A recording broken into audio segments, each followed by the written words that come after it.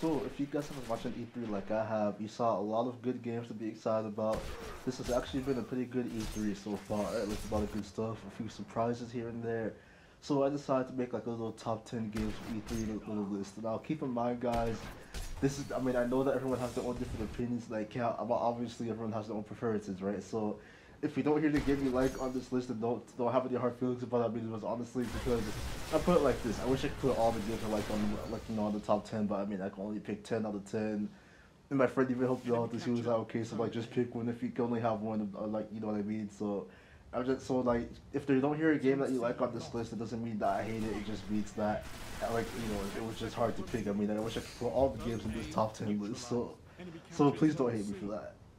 Now, first off, I'm gonna say Mass Effect Andromeda because I wasn't expecting that at all. I mean, I'm sure there were people that were saying that all the making Mass Effect 4 is gonna be so sick, all this stuff, but most of it was all just type and stuff, and people started to get a little bit annoyed because every now and then you always hear about how the new Mass Effect looks amazing, but then that nobody really shows anything. You know what I mean?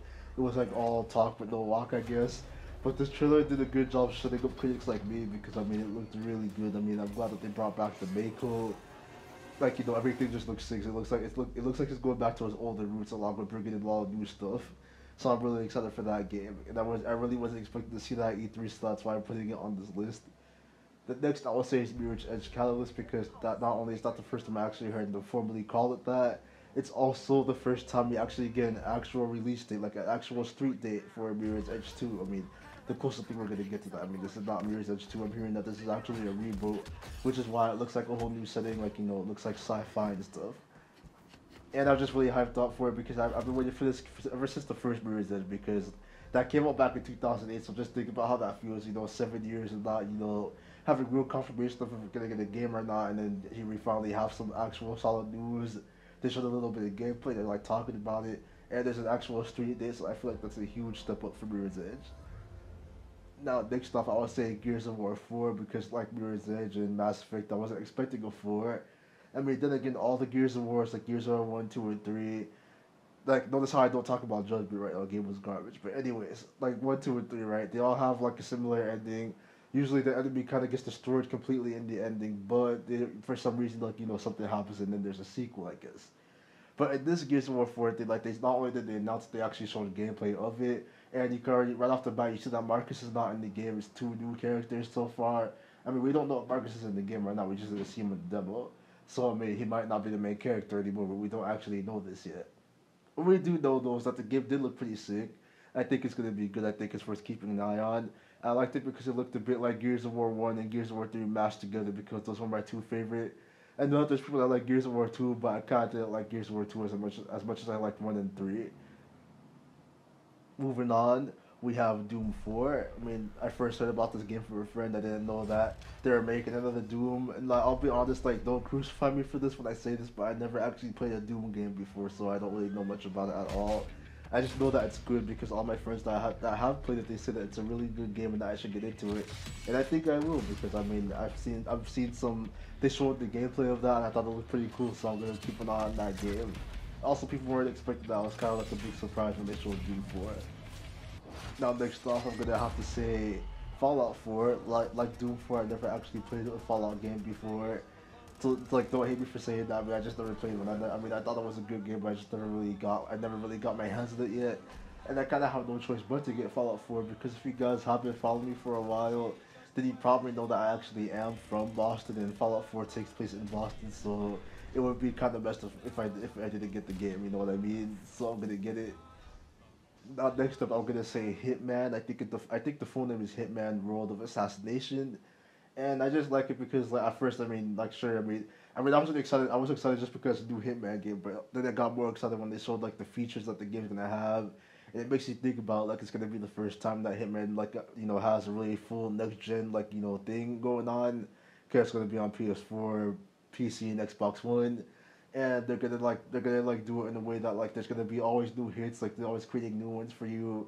You basically travel the world like doing all these high profile assassinations. Basically, the type of stuff I'm really into. Basically, it's really good. They showed some of the gameplay, like the strategic things you could do, like the ways you could kill your targets, and like it looks really polished. It looks really awesome. And I can't wait for that game. Next up, I would say is Uncharted 4 because I mean it's Uncharted. It's really good. I mean seriously, it's really really good. The game that made me buy a PS3 was actually Uncharted 2, and I've been playing Naughty Dog games since I was a kid. The first time I played the Naughty Dog game was actually Jack 1, and I played all the Jack games. Like so, I'm like a huge. I'm like really big with Naughty Dog. I played The Last of Us obviously, and I think that the people that wrote The Last of Us are actually like the same people involved with Uncharted 4. So you already know it's good automatically. And like based on the demo that they showed, it looks really really good. I like it so far, and I can't wait to see more of that. The next game that I would like to bring up is Kingdom Hearts 3. Now, I never played a Kingdom Hearts game, but I have a good friend of mine that's like a massive Kingdom Hearts fanboy. He never shuts up about it. He loves the game, like he loves the shit out of it. So I'm gonna just throw it in this list just because. And I saw like the trailer they showed off, and it looked pretty good. So I might actually keep my eye on that game. Then we have Star Wars Battlefront. I mean, obviously the hype's been pretty real with that game so far. People have been begging for a Battlefront game for a really long time, and now they're finally gonna get it. And based on the gameplay they showed so far, it looks pretty good, like a lot better than Battlefield 4 did. And I'm hoping it's gonna be good when it comes out. Like hopefully, like they don't have any of that code problems that they were having before. Um, Now to close this off, I'm gonna say Horizon Zero Dawn because I mean, first off, I mean, there's a new announcement. I didn't know that game existed before. And second, I mean, I'm just putting it on the list just because it looked so good. The demo they showed off, it has a decent story, and I thought that the gameplay demo they showed off was pretty good. Like it looked like The Witcher 3 almost like mixed with like some sci-fi stuff. That's what it looked like to me, and I thought it was pretty sick. So I definitely can't wait to play that game. It looked like a lot of fun. It looked like it would be a really good RPG because I mean I basically grew up on RPGs. I think I'm actually gonna break my one rule for this video and put one more game on this list just because it's too good to pass up. I'm gonna say No Man's Sky because if you saw that demo, it was pretty insane. Like there was a part where they showed how expansive the game is, like how big like the place really is. And, like it was all like, oh, if you see all those stars, you can actually visit all those stars, and those are actually all planets. Like he said, like I think it was like those are all suns or something like that. Like he actually went to one, and it was insane. Like there was a planet there, and like you're orbiting around it, and you can actually go all the way inside of it. Like it's not a load screen; you actually just drive in there, and it was pretty insane. So I can't wait to see more of that game. I think it's gonna be a really good game. Like I said at the beginning of the video, guys, like this is not in any particular order. I'm not trying to say that any game is better than the other. Also, just because you didn't hear a game that you like on this list does not mean it doesn't deserve to be there. Because, like I said, everyone has their own preferences. Like, for example, some people collect a bunch of Nintendo games, and I don't even think I said one on this list because I don't really care about Nintendo. But that doesn't mean it's bad. That's just how I personally feel. And I made this just for fun too. I made like it was just more like a dare, like if I could only pick 10 games, which 10 would I pick, and this is where I came down to. And there's a lot more games that deserve to be on a list like this, so don't feel bad about it. But you know what you should do to make up for that? I'm gonna ask you guys. You guys should make comments talking to me about your top 10 games at E3 so far. And just say what you think about it because I want to hear more about that. There are some more games that I don't really know that much about that you guys are probably big fanboys for, and I think that you should let the world know about.